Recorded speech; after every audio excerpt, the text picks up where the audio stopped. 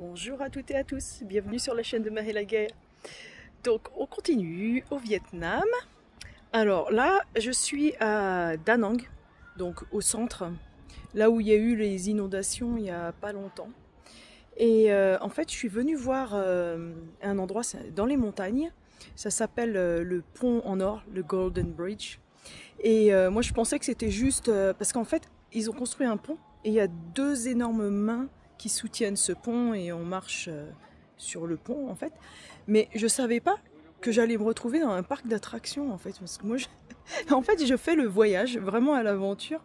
Ça veut dire que je planifie pas vraiment à l'avance. Je me retrouve. Il y a certains points que je sais que je voulais voir, mais j'y vais un peu à l'aventure. Par exemple, j'étais il y a quelques jours à Dien Bien Phu. C'était pas du tout prévu de Hanoï en fait.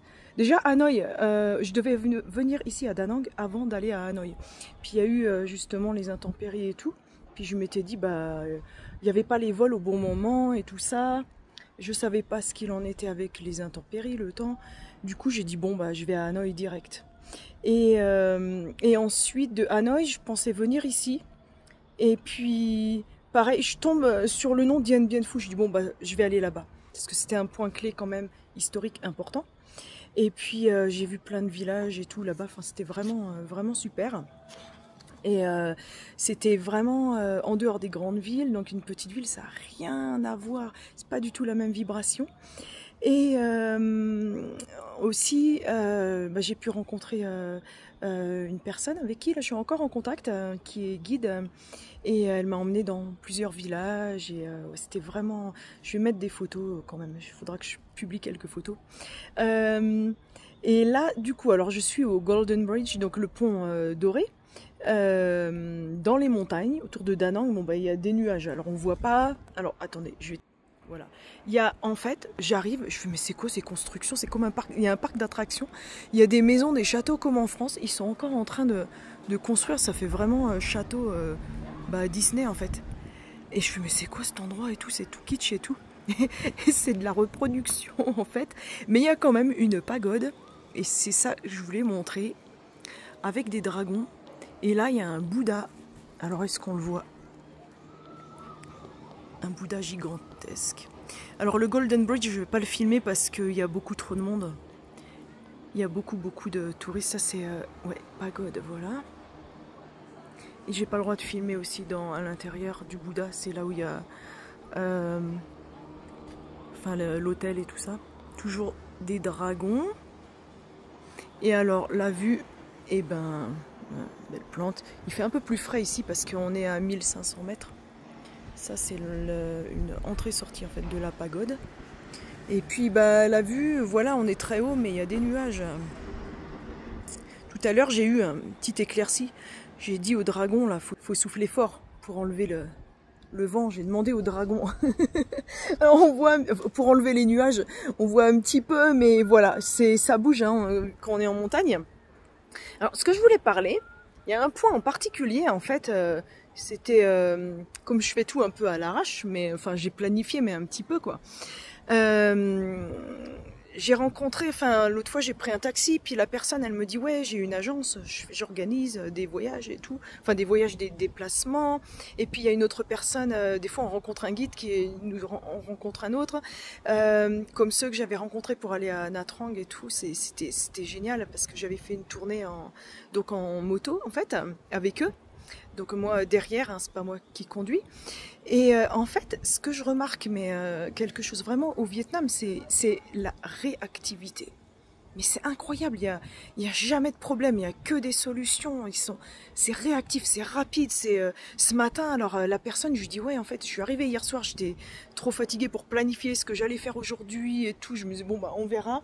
Et puis en fait, elle me dit bon bah alors on a négocié un petit peu un prix et tout, mais bon évidemment pour le déplacement et tout ça, nous ça reste vraiment pour des Européens bah, raisonnable en fait. Hein, c'est pour une trentaine d'euros. Et je prends le lieu parce que même si c'est neuf, c'est quand même assez typique des pagodes qu'il y a ici.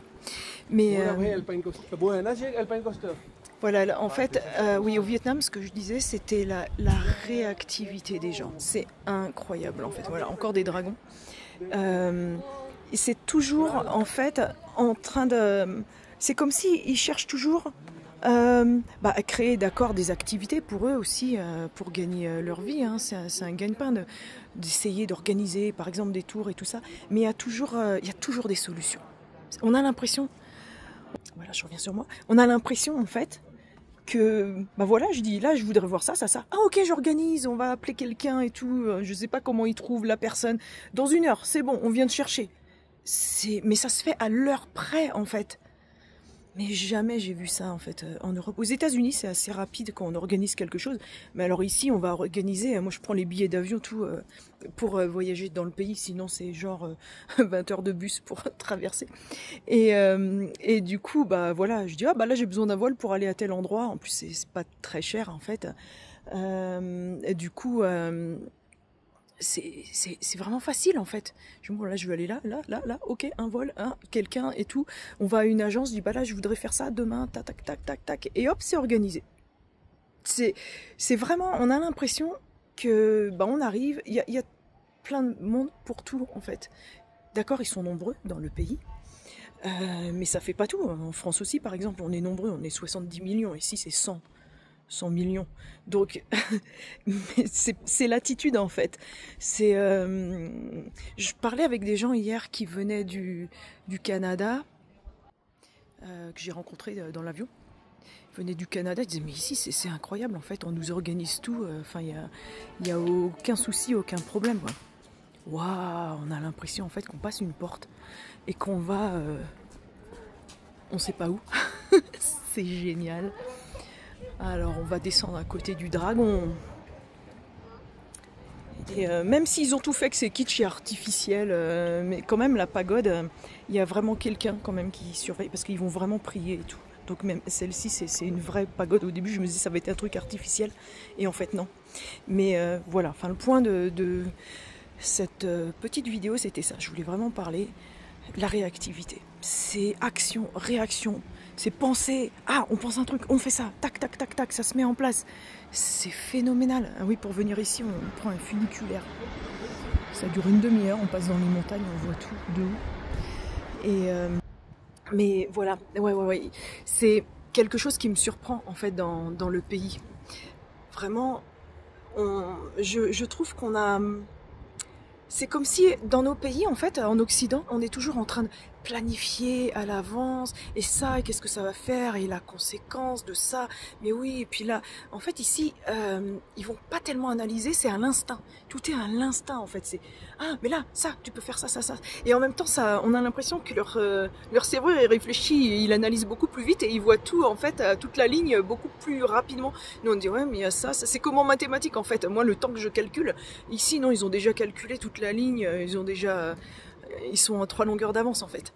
Et ça c'est assez asiatique en fait. Il n'y a pas que au Vietnam, mais en Chine, Corée, Japon, je sais que c'est comme ça aussi. Et c'est surprenant parce que c'est vraiment c'est agréable en fait.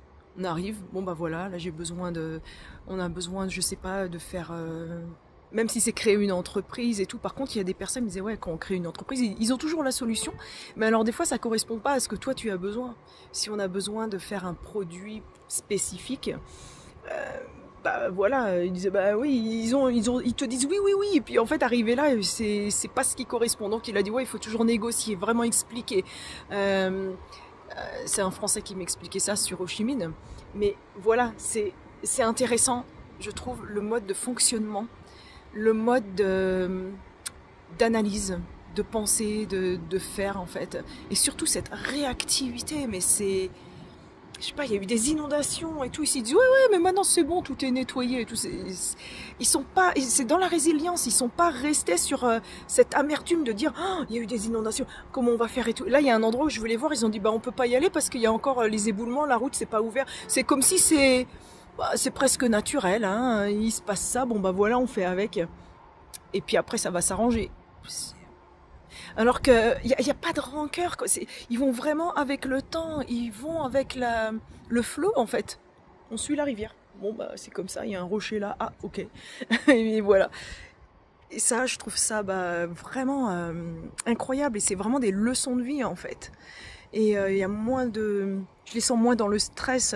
C'est ok, bon réaction, toujours réaction, réaction, réaction. Et comme c'est un mode, leur mode de pensée, leur mode de fonctionnement, c'est pas un stress qui s'impose puisque c'est comme ça qu'ils vivent. Alors que nous, on est plus...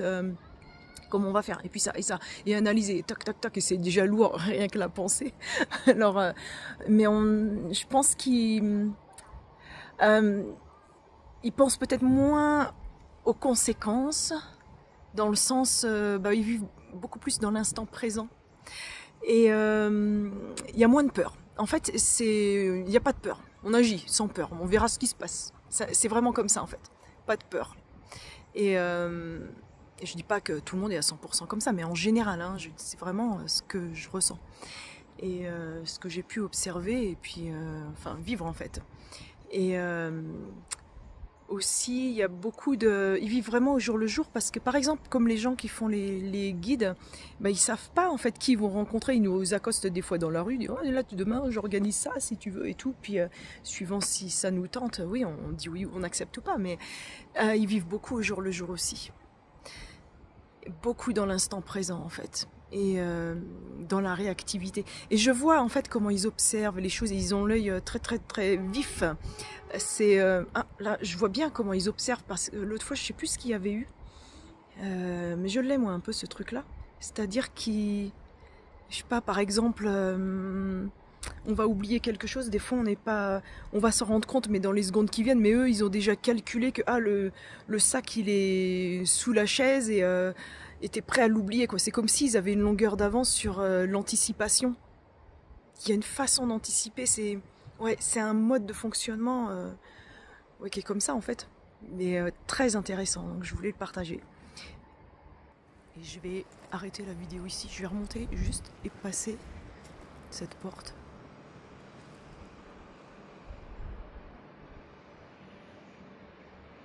Voilà.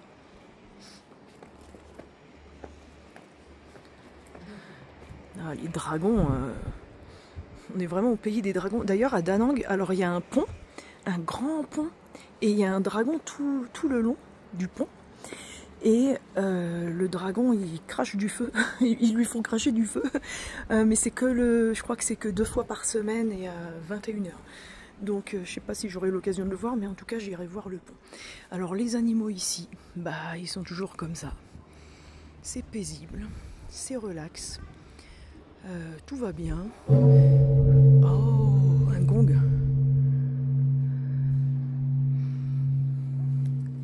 Et je peux filmer un peu dedans.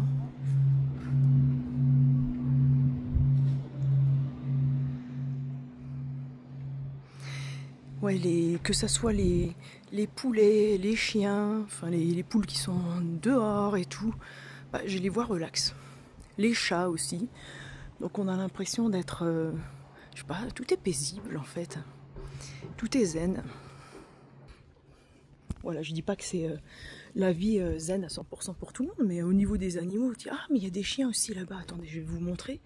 Mais ils sont vraiment calmes. Et en plus, alors le pire c'est quand je les vois traverser la route, alors les voitures les évitent, les motos aussi, mais ils ont pas peur, ils sont sur la route et tout, alors on contourne. Les vaches aussi dans les villages, c'est... c'est génial.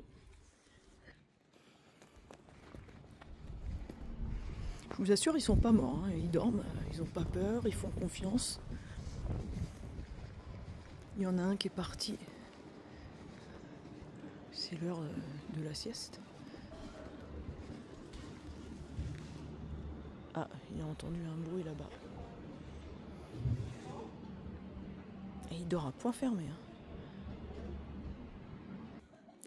Voilà, à la prochaine. Et on reste sur la porte.